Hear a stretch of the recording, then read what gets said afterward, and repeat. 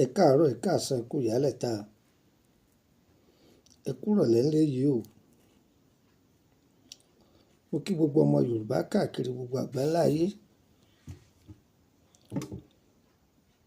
Bó rojú ọjọ́, ọ̀dẹ̀ ọ̀dà bí, a kó òtútù yìí.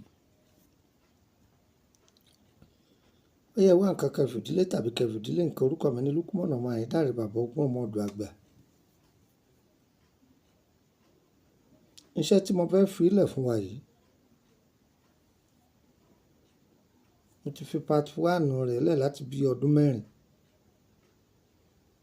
láti 2001. Òun jẹ́ audio video ògúnná. Mo sọ̀rọ̀ ìwúlò ògúnná, tàbí ká ní ẹ̀yẹná, tàbí ká pè ní ẹ̀sẹ̀ná. Orúkọ èyí tẹ́yìn bá pè ní mẹ́tẹ̀ẹ̀ta, ẹ ti mọ èyí tó jẹ́ ńbẹ̀. Ògúnná, ẹ̀yẹná, ẹ̀sẹ̀ná. Ẹ mọ̀ wọ́n máa ń pè bẹ́ẹ̀ ni. Ṣé mọ̀ pé tá a bá dáná sí èédú, tí èédú bá kẹ̀, tó bá ti tíná ẹ̀ ti mú dáadáa, ohun tí wọ́n ń pè ní ẹ̀sẹ̀ná nìyí. Òun náà wọ́n ń pè ní ògúnná, òun náà wọ́n ń pè ní ẹ̀yẹná. Mo ti sọ̀rọ̀ rẹ̀ fún wa ní part 1. Àwọn tó sì lò ó, wọ́n láìkì iṣẹ́ náà púpọ̀. Tẹ́yìn ọ̀bá tí ì bá pàdé, ẹgbẹ̀jú ẹ máa wo gbogbo fídíò wa tó wà lórí YouTube. Ẹ bá ń bẹ̀. Ẹ̀sẹ̀ná yẹn ẹ bá ń bẹ̀ báyìí. Audio video nìyẹn. Mi ò sọ ojú mi báyìí ńgbà yẹn. Audio video la máa ń ṣe ńgbà yẹn. Part 2 rẹ̀ ni mo fẹ́ fún wa yìí.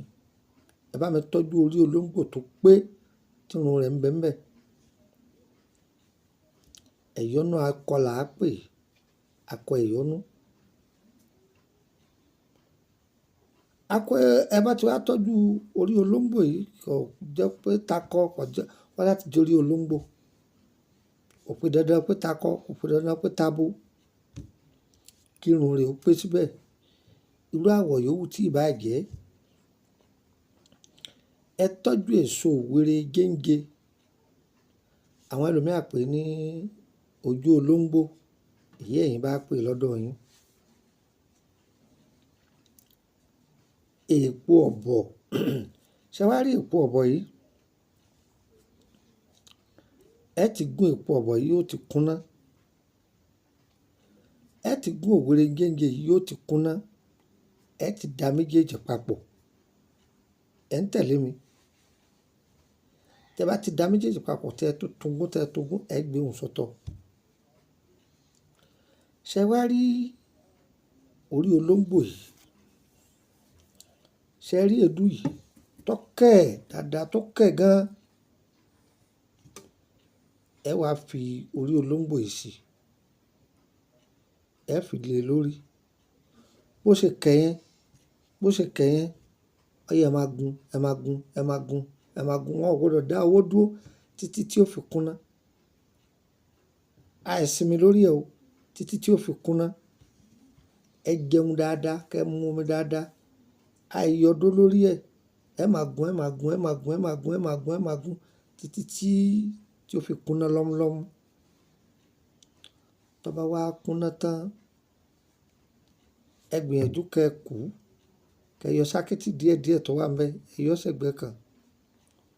Ẹ ṣẹ̀ wá da èpo ọ̀bọ̀ pẹ̀lú òwèrè géńge tó wà ńlẹ̀.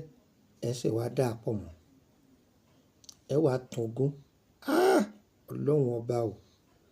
Ó yẹ ẹ fọṣẹ kó. Ẹ ti fọṣẹ kó. Ẹ máa bù ú ẹ. A kó sórí àdá. A kó sínú igbá oníkókó. Omi tó lọ́wọ́rọ́ là á fi wẹ̀, tá ń pè lómi gbígbóná. Ìwọ tó bá jẹ́ olómi tútù, omi tútù ni ó fi wẹ̀ ẹ́. Ìwọ tó bá jẹ́ pé àtomi tútù àtomi tó lọ́gbóná, òun lè wẹ̀ fi wẹ̀ ẹ́. ọ̀rẹ́ mi ó dúpẹ́ fọlọ́run atúdè ní ajáde ní òwú jàǹkáríwò ní ẹ̀kíní kan ní bẹ́ẹ̀ nìkan bá ti lérí kan sí ọ́n ta àwọ̀ wọlé já sára wọ́n bá ti ṣe kíní kan wì orí ara ẹ̀ ní ó fi gbé. níbi tíṣẹ́ yìí dáadé ẹ̀jẹ̀ ń fara sínú ẹ̀jẹ̀ ń fara sínú ẹ̀jẹ̀ ń fara sínú iṣẹ́ rẹ̀ dá ìṣẹ́gun ni ẹ tún máa gbọ́ more explain ẹni tó bá wà ní private group iṣẹ́ ìdá o ọmọ ìkókó ìlò tára èèyàn bá ń gbóná àìnítumọ̀ ẹ bù díẹ̀ fún ẹni ọlọ́ọ̀fìwé ara rẹ̀ ó wálẹ̀ bẹ́ẹ̀ ni yóò wálẹ̀ iṣẹ́ tó dáa ni o iṣẹ́ tó dáa ni o tẹ́ bá ṣàkíyèsí pé ibi ọrọ̀ ajé yín àwọn èèyàn sábà máa já ń bẹ̀ gbogbo gbà nǹkan tí ọ̀dà sábà máa ṣẹlẹ̀ ń bẹ̀ ẹ̀ ń gbọ́ bá di patiri a máa sọ̀rọ̀ lórí ẹ̀ kó ojú lọ́nà. orúkọ mi ni Lukman ọmọ Ayédáre bàbá ọgbọ́n ọmọ ọ̀dọ̀ àgbà nọ́mbà wo lẹ lè fi bá mi sọ̀rọ̀ +2348032983298 +2348032983298 ẹgbàá kan sí +2348133155111 +2348133155111 iṣẹ́ tí mo dá kọ nísìn ń bẹ lórílẹ̀‐èdè Benin ó ń bẹ níbo ni mo pè é ó ń bẹ ní orílẹ̀‐èdè Benin àpò 10 ni dìímì ni mi ò pé o torí ara rẹ̀ rà o ṣùgbọ́n torí ọmọ rẹ̀ àti ìdílé rẹ̀ rà iṣẹ́ tó dáa ni iṣẹ́ tó dáa ni bẹ́ẹ̀ ni ẹni tí ọwọ́ máa ń yún tó yẹ kó tó bá ti gbowó yọ nànàkúnà onídìí ẹ̀ láti máa lò àgbàná yóò kúrò nínú ayé rẹ̀ bẹ́ẹ̀ lọ.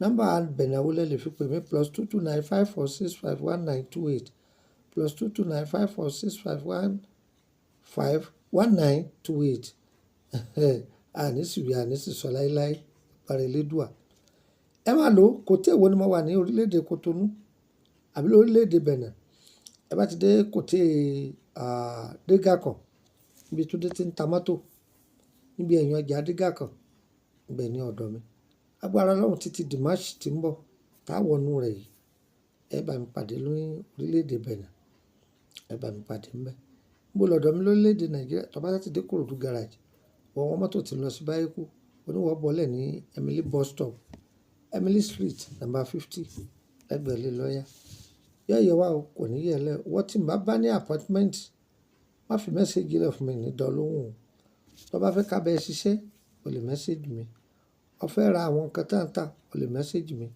o fẹ́ join private group o lè mẹ́sẹ̀gì mi àbí o fẹ́ máa béèrè nípa àwọn iṣẹ́ tá a ti fi sílẹ̀ tẹ́lẹ̀ kò yí ọ ọ wọnú private group ni 10,000 ló fi wọ bẹ̀ tó o bá ti lágbára rẹ̀ yàsẹ̀nu ẹ̀gbálágún kò sẹ́nu kẹ́mú ọba lọ fi béèrè kọ́lẹ̀ ìnídọ́ lóhùn o tó yẹ̀yẹ̀ wá kò ní yẹ̀ lẹ́ o mo tún ti débi ìṣe tèmi o lónìí yìí náà 3 ní hùn wá ẹ má ti lọ ẹ wá nǹkan fìdílé tàbí kẹ fìdílé nǹkan ní tó ń padà bọ̀.